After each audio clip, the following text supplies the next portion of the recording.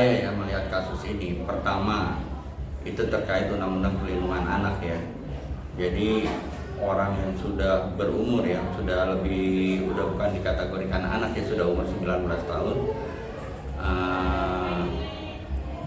membawa seorang wanita yang masih di bawah umur untuk tinggal bersama, itu jelas tidak boleh ya, itu ada hukumnya. Oleh karena itu saya berharap aparat penegak hukum tegas itu menindak ya, karena sudah membawa anak di bawah umur. Entah cara bawanya seperti apa, saya tidak mengikuti perkembangan, tapi dengan anak itu tinggal bersama di bawah umur, itu udah satu kesalahan. Itu yang saya lihat dari sisi hukumnya. Oleh karena itu pihak penegak hukum harus mengvisum ya, yang anak perempuan itu dikhawatirkan terjadi hubungan apa-apa gitu ya. Saya namakan apa-apa nih, hubungan apa-apa. Nah kalau itu terbukti ya jelas yang laki-lakinya harus diproses secara hukum. Ya Bang, melihat nih langkah dari Nikita Mirzani ini sudah tepat nggak Bang? Kalau Abang melihat nih, dia sudah melaporkan ke kepolisian terkait dari anaknya sendiri Bang, sudah tepat Bang? Sebagai seorang ibu ya tepat lah, anak di bawah umur siapapun ya, kalau dibawa oleh seseorang baik secara baik-baik atau secara terpaksa, itu tidak boleh kan. Jadi langkah Ibu Nikita Mirzani itu tepat dengan melaporkan orang tersebut ke Polres Jakarta Selatan ya. Tepat, menurut saya tepat. Nah, pihak dari besok kan rencananya akan rilis nih Bang hasil visum dari dari hasil ini.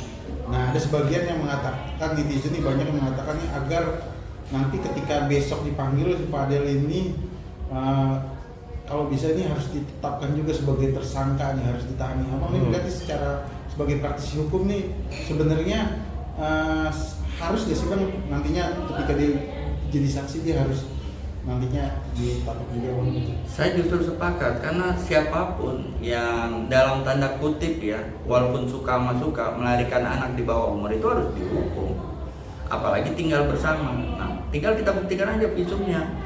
Ya, apa ada perubahan tuh dari yang organ yang diperiksa oleh visum itu kan?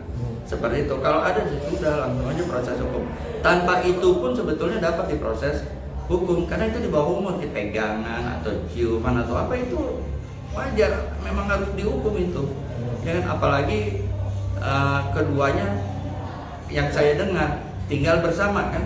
Nah kalau sudah tinggal bersama, kalau memang suka tambah suka kan nggak mungkin ya, hal yang tabu lah kalau pacaran zaman sekarang ya.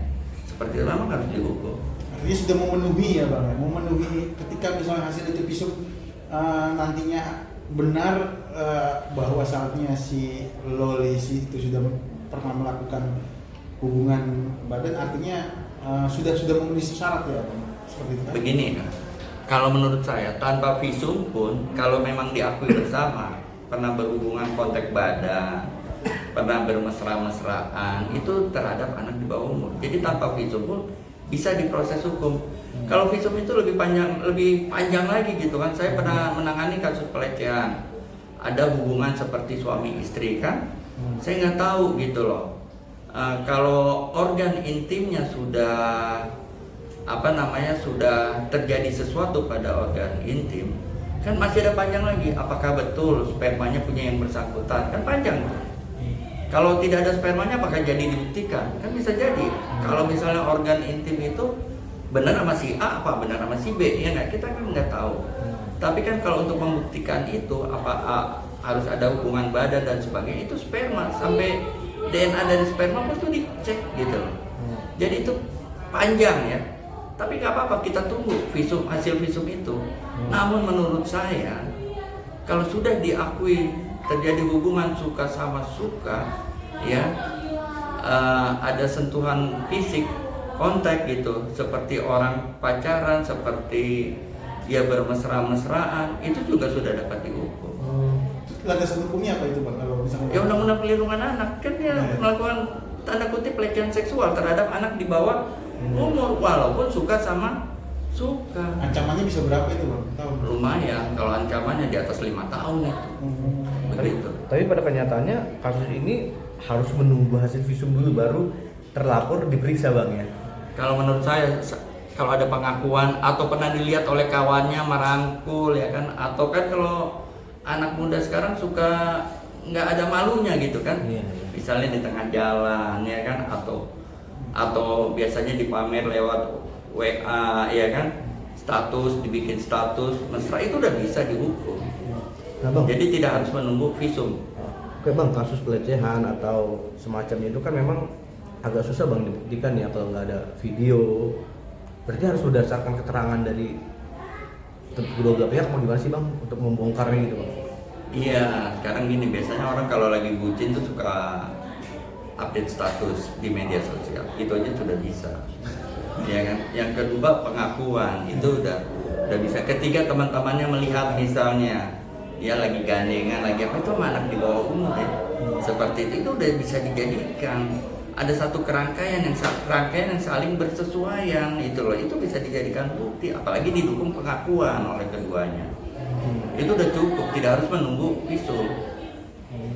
Gitu. Makanya karena itu saya bilang ya kepada orang tua nih, siapa aja, orang tua siapa aja, hati-hati terhadap anak, bukan perempuan aja.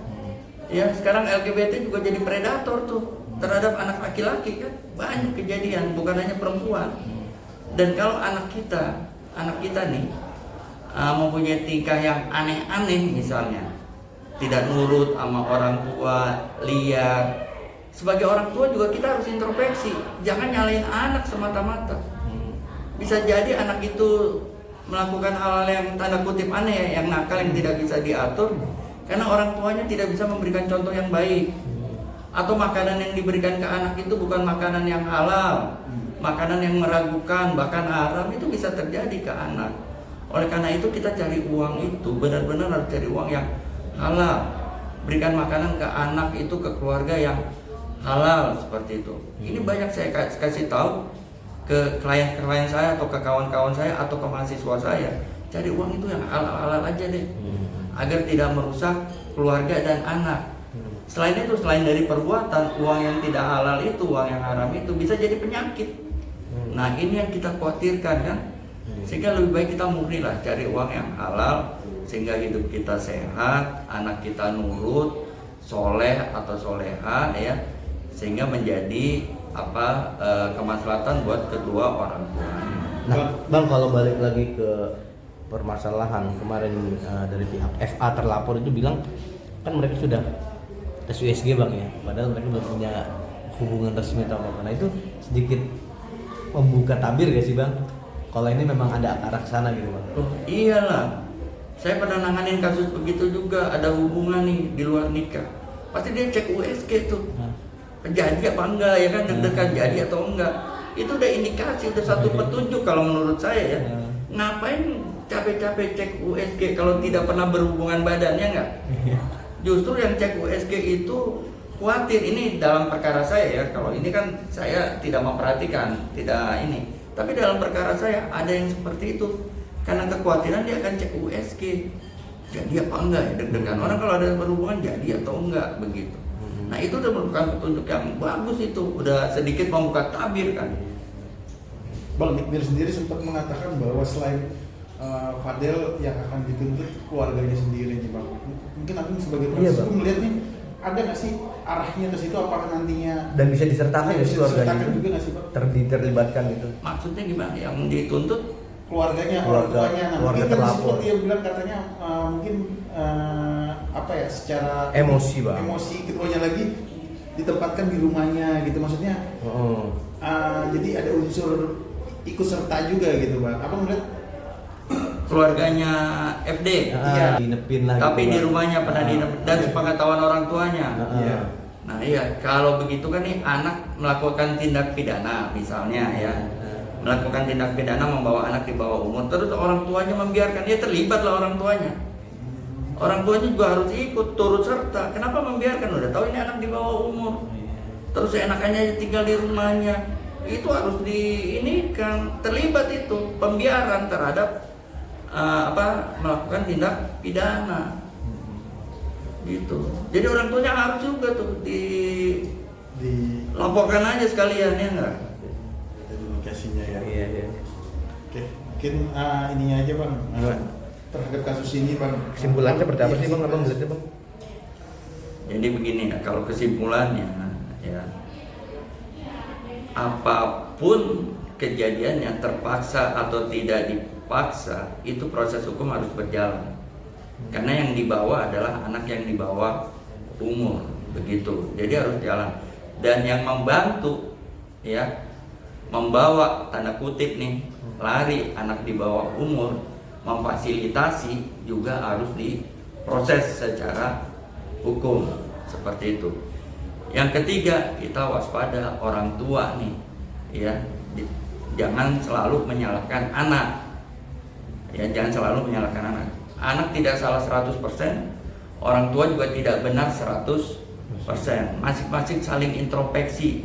Sudah benar nggak kita itu membimbing anak, mengasuh anak, sudah benar atau tidak? Yang kedua, apa yang kita kasih makan ke dia, ya kan, apakah itu uang halal atau uang haram? Yang ketiga, apakah kita bisa menjadi contoh yang baik ke anak-anak? Jadi sekali lagi ya, saya tidak pernah mau menyalahkan anak. Seperti juga saya dalam kasus perceraian tidak pernah mau menyalahkan wanita, begitu kan? Laki-laki yang salah. Oleh karena itu, dalam hal anak, saya mengatakan anak tidak pernah salah. Orang tua membimbingnya bagaimana, ngasih makannya dengan apa, kasih contoh tidak yang baik kepada anak, seperti itu. Oke, sip. Thank you.